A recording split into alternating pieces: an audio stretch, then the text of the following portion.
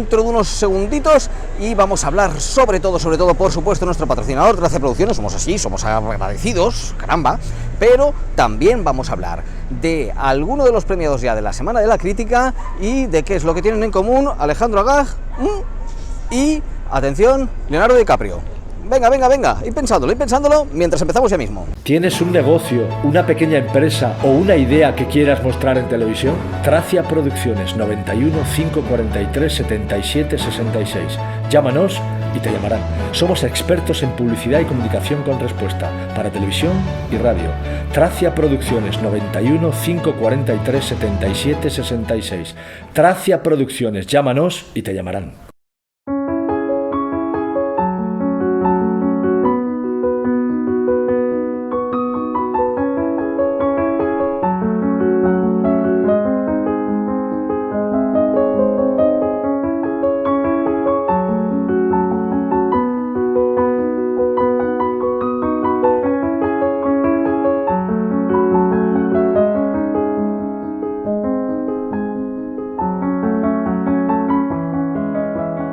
Pues sí, el festival está llegando a su final y como todos los años, desde el Festival de Cannes, lo que salen son las películas que básicamente a lo largo del año van a marcar la temporada de premios. En algunos casos se van a ver en otros festivales, van a permitir a algunos directores tener una nueva voz y hablar con la misma dentro del panorama de cine internacional.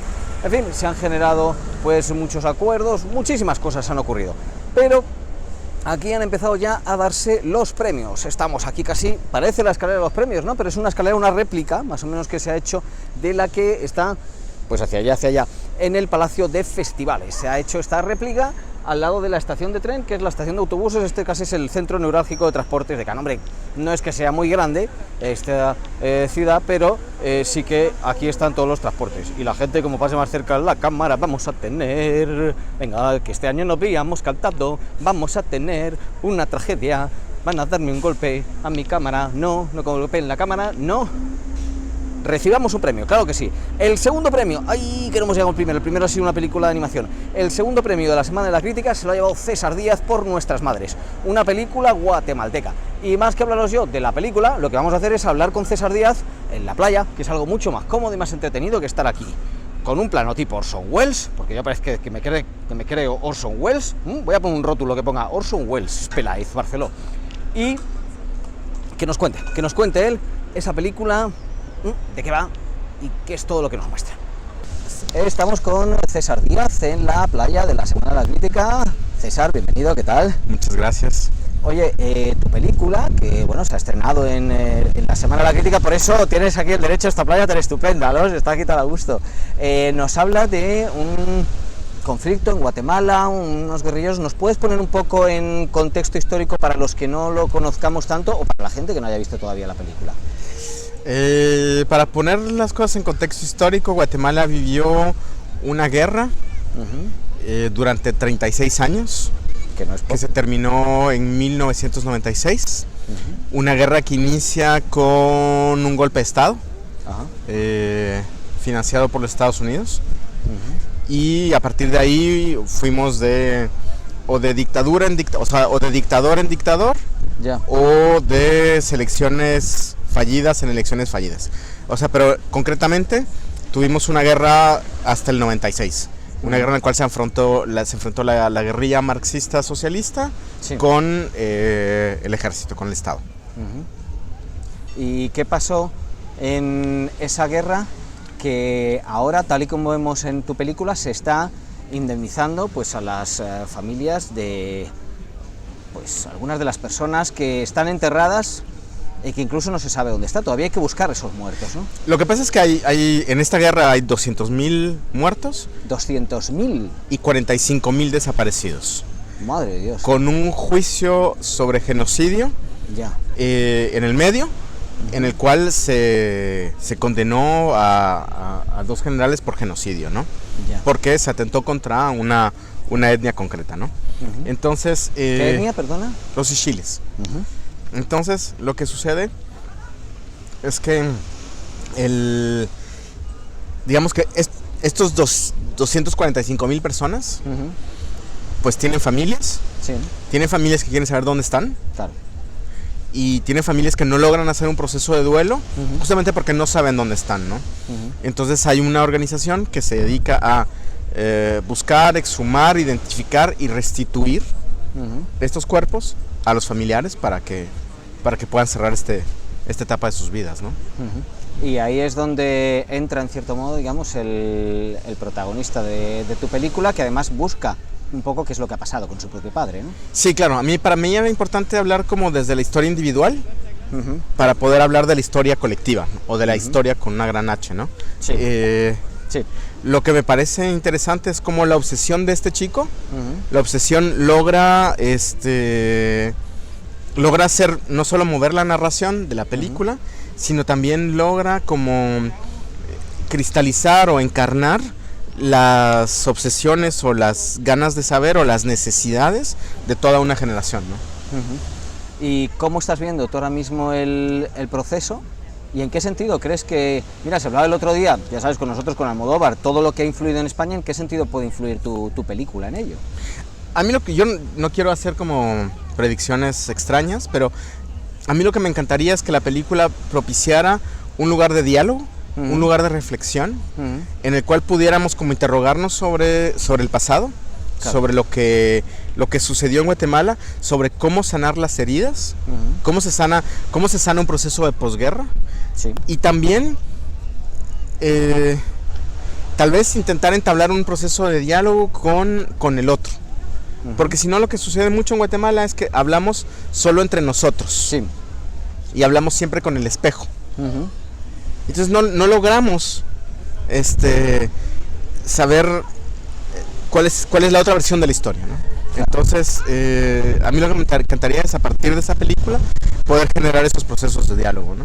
Claro. Más allá de que espero que la película, o sea, que la gente se entretenga y que vaya al cine y que viva un momento interesante, ¿no?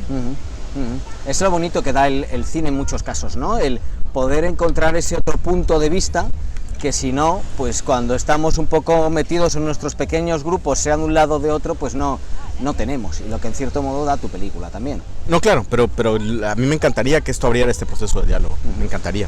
Oye, hay una escena que me gusta mucho, que es cuando se ve, pues yo creo que prácticamente con un montaje como musical, a una serie de madres, una serie de señoras, quedo con el nombre de tu película, Nuestras Madres. Yo creo que en esas miradas hay mucha verdad, ¿no? Esas son verdaderas víctimas de la guerra. Esas señoras son verdaderas víctimas de la guerra. Y son víctimas de la guerra que además abrieron sus historias y las compartieron conmigo y me permitieron contarlas, ¿no? Entonces, para mí había como una responsabilidad histórica bien fuerte de tener las historias de estas mujeres y de poderlas contar al mundo entero, ¿no? Claro. La otra cosa que me parecía interesante es cómo no decir nada durante estos retratos. Sí. O sea, en el cual el espectador tenga un lugar para poder imaginar qué fue lo que sucedió con ellas. Y entonces que yo pienso mucho en el público cuando trabajo, entonces me gusta pensar que hay un espectador que está comprometido con la película, que está dialogando con la película y que puede imaginar muchas cosas a partir de estos retratos, ¿no? Yo creo que en la sesión en la que estuve yo había más de un espectador, ¿eh? Había varios que ahí conectamos en ese momento mucho. Oye, tú, además de guatemalteco, también eres belga. ¿Sí? ¿Cómo ha sido esa mezcla y en qué modo te ha, bueno, pues ayudado a poder realizar esta película, aparte de también pues la existencia de un realizador tan conocido aquí por lo menos como Jairo Bustamante, ¿no? A ver, yo me fui a Bélgica a estudiar y viví muchos años ahí, entonces soy belga. Debiste estudiar bien, entonces, ¿no? Sí, bien. Bien. Este chico sí, venga. Entonces, Ya te he oído ya hablando un francés maravilloso. Gracias. Y lo que pasa es que creo que lo que más me dio fue la distancia para poder escribir la película. Creo que si yo hubiera estado viviendo en Guatemala, estando en Guatemala y solo estando ahí, creo que no hubiera podido tener como la distancia y la posibilidad de escribir esta película como la escribí. Creo que hubiera sido mucho más panfletaria, tal vez más política en el mal sentido de la palabra, tal vez hubiera sido... En cambio, como además tenía como esta formación de guionista, sí, que te obliga a pensar en personajes, que te obliga a pensar en obstáculos, que te obliga a pensar en todo esto, te lo hace, ¿no? Y te hace, y creo que además me permitió concretamente hacer la película, porque en Guatemala no hay industria. Entonces esta en el fondo es una película belga también. Sí. Y para mí en el momento en el cual vivimos en Europa, que creo que hay como un repliego identitario muy fuerte, sí, sí, el hecho de que esta película sea belga y que se reconozca como un ciudadano belga, me parece que hace que nuestras diferencias nos hagan más fuertes, ¿no? Y es como un mensaje de decir, bueno, esto también es Bélgica, esto también puede ser Bélgica, ¿no? Completamente, completamente. Oye, después de ver la película ya hay gente que está preguntando para la próxima. Estoy adaptando. Yo me he encontrado varios, ahí por el Boulevard de la Croisette. DiCaprio está diciendo ya, dice, bueno... ¿Y por qué no me llama? Claro, ¿qué pasa? Dice, me he tenido que ir con un Tarantino porque no me llamaba César. Estoy adaptando la novela de Arnoldo Galvez Suárez, que se llama Los Jueces. No me digas. Es una novela muy cinematográfica, y sobre todo es una novela que trata, otra vez en Guatemala, pero de cómo hacer justicia en un país donde no hay justicia. Entonces, ¿cómo se hace? Es una historia de un barrio pobre que está al lado de un asentamiento, y es como la relación difícil entre estos dos mundos, ¿no? Y entonces cómo hacer justicia en un país donde no la hay, como es Guatemala, ¿no? Pues nos quedamos con ese pensamiento, esperamos que nos ayudes a resolverlo. Gracias en cualquier caso por tu película y por esta entrevista, César Díaz, Nuestras Madres, y bueno, pues hasta una próxima ocasión, que espero que no sea dentro de mucho. Muchísimas gracias por el interés y muchísimas gracias por la entrevista. Me ha gustado estar al pie de los escalones. Subirlos ya es otra cosa, que ya son muchos días y uno termina cansado. Pero lo que también me ha gustado es la siguiente entrevista, un programa estamos hoy que, vamos, nos sobramos de entrevistas, porque hemos podido hablar con Alejandro Agag. Alejandro Agag en España pues lo conocemos quizás por ser el yerno de José María Aznar, pero la verdad que ahora mismo es uno de los promotores más importantes dentro del mundo de las carreras. A Alejandro lo que le gustan son las carreras. También le gustan los puros, que aparece en la película al principio fumándose un puro y hasta que termina la película no termina de fumárselo. Bueno, de hecho no se lo termina de fumar. Y entre esta pasión por las carreras y la ecología, los puros no tienen que ver con la ecología, pero bueno, las carreras y que el planeta pues que no se caliente demasiado, pues montó la Fórmula E. La Fórmula E son coches eléctricos. Un documental muy interesante, ha traído aquí el Festival de Cannes, fuera de concurso. ¿Y qué pasa? Que es que el productor es Leonardo DiCaprio. ¿Y cómo fue todo eso? ¿Cómo es esto de los coches? Lo de la Fórmula E tiene que ver con los coches estos que cogemos en Madrid, del car sharing y demás. Bueno, eso no se lo he preguntado porque eso parecía un poco... Pero todo lo demás, lo hemos preguntado ahí en la playa. Pues muy a gustito, una charla que hemos tenido con Alejandro Agag, así que ¿para qué comentar más? Si además hay gente que ya está bajando las escaleras.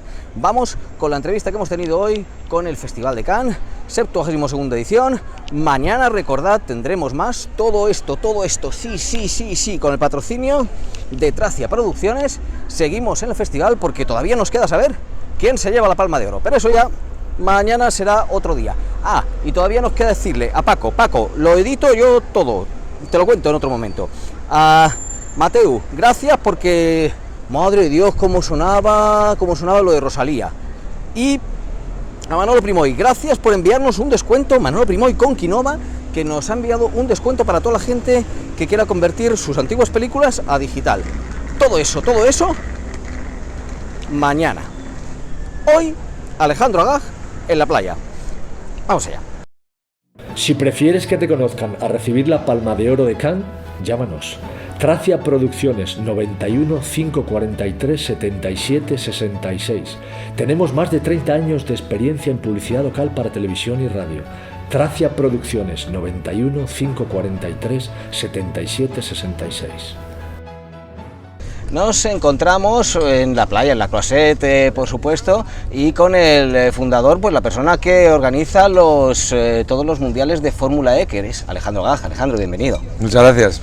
Oye, comentaba contigo que esta película que habéis presentado en el festival, este documental, lo produce DiCaprio, pero el prota eres tú, sales al principio, sales al final y él aparece un poquito de secundario, ¿no? ¿Cuál es el papel de Leonardo en esta película? Pues el papel de Leonardo en realidad se le ocurrió a él hacer la película. No me digas. Hace 2 años, sí, hace 2 años estábamos justamente en el Gran Premio de Mónaco de Fórmula 1, estábamos cenando y ahí me dijo Leonardo, deberíamos hacer un documental sobre la Fórmula E para hacerla más conocida para el público en general. Claro. Y Leonardo es el productor, sale un rato en la película, sí, un poquito, porque él quería también estar dentro de la película, pero sobre todo su papel es el de productor y estar detrás impulsando este documental. Oye, si tú, para eso, hablabas de Fórmula 1 de Mónaco, si la Fórmula 1 de Mónaco llevas a Leonardo DiCaprio y le pones a beber gasolina, seguramente vivo no sale, ¿no? Pero hay una escena en la película en la que, hombre, no sé si es el combustible, pero la base del combustible se lo das a beber, se lo bebe y sigue, bueno, ha estado subiendo los escalones. ¿Cómo funcionan estas baterías que están hechas que funcionan a partir de agua, ¿no? Sí, ¿Cómo es? la energía que generamos para cargar las baterías está hecha a partir de un derivado de algas. Sí, que es una glicerina que luego hay un generador, pero tiene la ventaja que no produce emisiones, no produce contaminación. Entonces es una energía renovable y limpia para cargar los coches eléctricos de las carreras. Y esa es la que se bebe Leonardo en la película. Qué bueno. No venís de todas formas a la playa a buscar las algas para eso, ¿no? Eso ya lleva otro proceso. No son algas de Cannes. Aquí no sé yo si queda mucha alga por aquí. Imagino. Oye, hablando precisamente de esa energía, yo no sé si podemos hacer un spoiler brutal, pero hay como 2 líneas en la película, ¿no? Están los conductores y luego está la línea tuya que es... Las baterías. Las baterías. Y saber si esas baterías van a poder funcionar para que en la siguiente temporada haya un solo coche. Exacto. Pero hace nada precisamente habéis hecho un Mónaco eléctrico. Sí, y ya solo con un coche. Y solo con un coche, ¿no? Sí, ha funcionado. O sea, todo lo que el documental enseña es toda la investigación que hicimos y todo el movimiento para conseguir unas baterías que tuvieran el doble de energía de las baterías con las que empezamos a competir. Y en solo 4 años hemos conseguido doblar la distancia que hacen estos coches.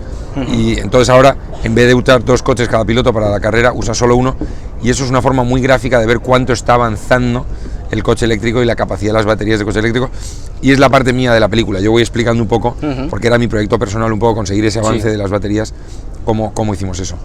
También era tu proyecto personal y, bueno, en principio tengo entendido, yo ahora que te he visto comiendo con unos amigos, digo, a ver qué están haciendo ahora, porque esto fue una comida con Jean Todt y con Antonio Tajani, exacto, que explicaste todo y de ahí, o sea, lo que los demás hacemos normalmente, que es comer con los amigos tranquilamente y nada, pues ¿qué tal has estado? Tú de ahí se montó la Fórmula E. De ahí salió la Fórmula E, de una cena justo en París, sí, con Jean Todt y con Antonio Tajani, que era comisario de Industria de la Comisión Europea, y yo tomaba notas en una servilleta del concepto de hacer un campeonato eléctrico, y hoy la servilleta está enmarcada en un cuadro encima de la mesa donde se nos ocurrió y dice, aquí nació la Fórmula E, pero sí, así fue, se nos ocurrió en una cena. Qué bueno, hombre, salvando las distancias, porque además son conceptos muy distintos, pero sí que recuerdo que había alguna película que Kiarostami, el guión, lo hizo en una servilleta y luego Majidi hizo por ahí un poco... Ha habido algunas grandes ideas que han nacido en servilletas. De servilletas, desde luego. Hay una cuestión también importante dentro de la película que es la seguridad en la Fórmula E. ¿Cómo garantizáis o cómo manejáis eso al tiempo que son coches que van pues pegaditos a las barreras? A los muros, sí. Sí. La seguridad es una prioridad absoluta y sobre todo la seguridad en la parte eléctrica.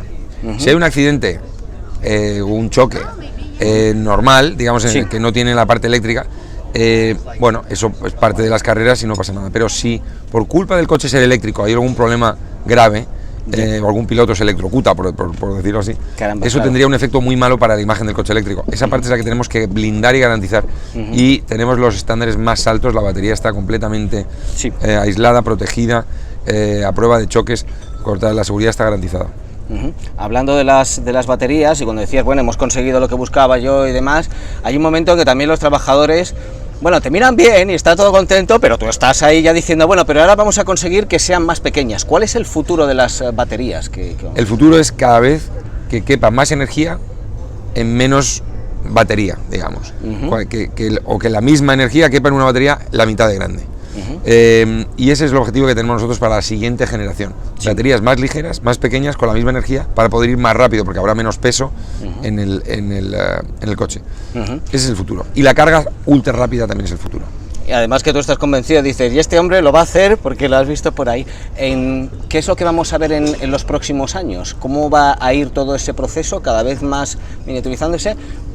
¿Qué es lo que prevés tú? Vamos a ver que la industria va a ir cambiando hacia lo eléctrico. En algunos países más rápido que en otros. Por ejemplo, en China el cambio va a ser muy rápido. Sí. Porque en China tiene un problema de polución en las ciudades que es insoportable.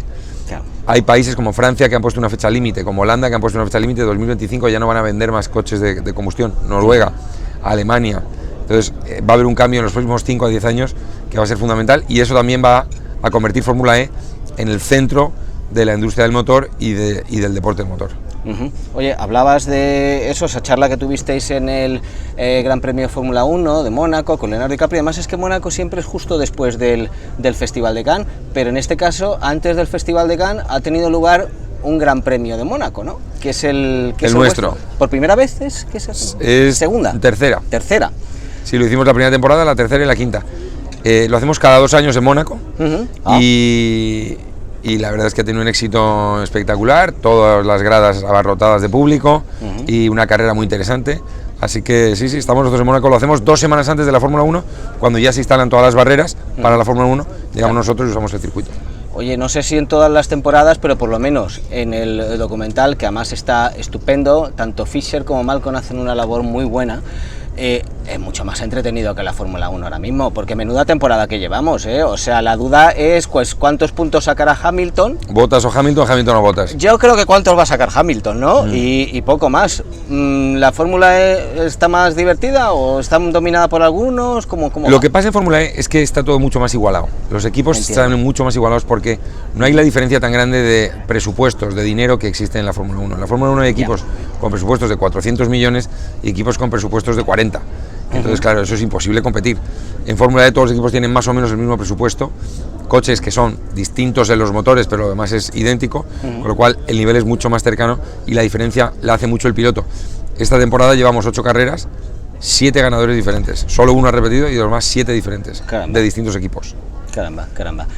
¿Cómo fue el caso de presentar la película aquí en Cannes? ¿Cómo habéis llegado a esto? Bueno, era el tiempo bueno porque Fischer iba a acabar la película más o menos en abril, Cannes era justo después, pero al final ha sido Leonardo el que ha conseguido que nos metieran en Cannes, porque bueno, Leonardo y Rick Yorn, su manager, que es amigo de la gente de aquí, y han sido ellos los que han conseguido que entremos. Estamos fuera de competición, pero es un screening especial, la alfombra roja, Leonardo, Orlando Bloom viene también, tenemos toda la parafernalia, digamos. Qué maravilla, ya sabes que aquí un poco competición, o eres Michael Moore o está un poquito complicado, con un documental. ¿Dónde lo vamos a poder ver? No lo sabemos todavía, se va a ocupar Rick Yorn y el equipo de Leonardo de la distribución, seguro que lo vamos a poder ver de forma muy amplia y con mucha distribución. No sabemos todavía en qué plataforma irá, pero hay mucho interés por parte de muchos potenciales canales de distribución para poder verlo. ¿Estás contento con lo que has conseguido con la Fórmula E? Yo estoy encantado. Porque es que yo hace estoy unos contento años... de estar aquí, de haber sobrevivido. Exacto. Porque la Fórmula E era un proyecto muy arriesgado, con muchas complicaciones, con muchas dudas de mucha gente al principio de que pudiera sobrevivir, y ahora ya la Fórmula E, con 5 años de historia y con una situación de patrocinios y de equipos y de constructores, y está fortísima. Por tanto, yo la verdad es que estoy muy contento, todavía no me lo creo. Porque ya te digo, yo al verte comiendo antes ahí con otros amigos, no sé, ¿tienes más proyectos de cara Tengo más, tengo uno nuevo. ¿Y que se puedan decir? Sí, este lo hemos anunciado ya, se llama Extreme E, que es hacer carreras en los sitios más extremos del planeta, afectados por el cambio climático y por la polución. Una en el Ártico, donde el hielo se está derritiendo, una en el Amazonas, en una parte deforestada de la jungla, una en el Himalaya, carreras de todoterrenos, no de coches de fórmula, todoterrenos eléctricos. Sí, porque si no iban a durar, no pueden ir. Claro. Una en el Himalaya, donde los glaciares están desapareciendo, una en el desierto para hablar de la desertificación, y uno en una isla de las que están cubiertas de plástico. Qué bonito, eso también se puede hacer un documental, pero precioso, ¿no? Fischer es el director artístico de Extreme. Ya está trabajando en ello. Oye, hay gente que dice que lo del cambio climático que no existe. Tú en la película dices que es indudable. Yo creo que es indudable. Pero bueno, acepto que hay gente que diga que no existe. Sí. El 99% de los científicos dicen que es indudable, pero hay un 1% que dice que no. Perfecto, me parece muy bien. Lo que nadie puede discutir es la polución en las ciudades. Eso nadie puede decir que no exista. Y el coche eléctrico es una parte de la solución para la polución en las ciudades.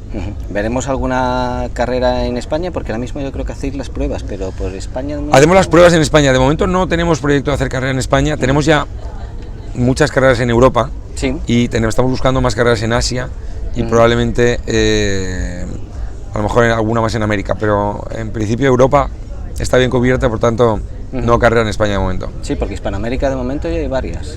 Santiago, México, hicimos Punta del Este, hicimos Buenos Aires. Y oye, ya para terminar, hablando de España, tú ya has visto un poco todo esto y tú además dices, menos mal, menudo momento en que me salí de la política, no hice bien, o incluso dices, pues para lo que hay podría volver. ¿Cómo ves España? No. ¿Cómo ves España tú? Yo es que ya ni me acuerdo de cuando me fui de la política, porque me fui de la política hace ya un tiempo, ¿no? 18 años o 19 años me fui de la política. Así pasan los años rápido. Sí. Por tanto, no tengo ningún plan de volver a la política, no, ni mucho menos. Estoy muy contento en Londres, vivo de allí desde que me fui de la política. Y España, pues hombre, espero que vaya bien, porque es mi país. Pero bueno, ahí está. Desde luego, esperamos también, nosotros también que vaya bien y que vaya muy bien con todos estos proyectos que tú llevas, con toda esta actividad por el coche eléctrico y por, bueno, como tú dices en la película, tu caso es de una persona apasionada de las carreras, pero mira, también si de paso contaminamos menos, pues mejor, ¿no? Exactamente, ese es lo que hay. Es así. Yo soy un hombre de carreras, pero que se preocupa por el medio ambiente, con lo cual al final haces una cosa buena. Estupendo. Gracias, Alejandro. A vosotros. Hasta la próxima. Chao. ¿De verdad quieres que vean así a tu empresa? Llama ya a Tracia Producciones y te llamarán 91 543 77 66. Somos expertos en comunicación y publicidad de televisión para pequeñas y medianas empresas. Tracia Producciones 91 543 77 66. Llámanos